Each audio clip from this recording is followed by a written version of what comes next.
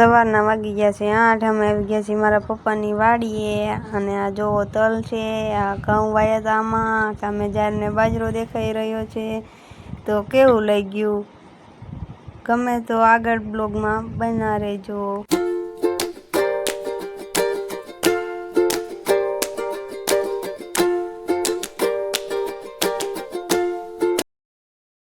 તો ફાઇનલી મિત્રો આપણે પૂગી ગયા જાર પાસે। જો તમે આ કેવી છે જાર મારા પપ્પાની સારી હોય તો કોમેન્ટમાં મને જણાવજો। આગળ જાર તો બહુ સારી છે। ફાઇનલી મિત્રો આપણે આવી ગયા બાજરો રણીને જો આ ઠેલી વાર્તા તો થાકી ગયા। સબસ્ક્રાઇબ કરજો મિત્રો ચેનલ ને। હા જો એક ફોન જોવા મળ્યું ઠેણ્યું। અહીંયા બાજરો લણેલો પડ્યો છે, પાછળ જાહેર છે। અમે તો આવી ગયા હતા મિત્રો મારા પપ્પાની વાડીએથી બાજરો લણીને ઘરે। હવે જો બ્લોગ બનાવવાનું ચાલુ કરી દીધું।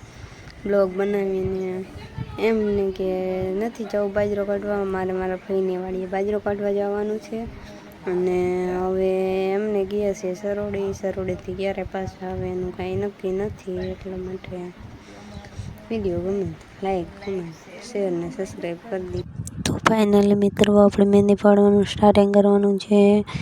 માવો બનાવું છું, માવો બની જાય એટલે માવો ખાઈને મહેંદી પાડવાનું સ્ટાર્ટિંગ કરવાનું છે।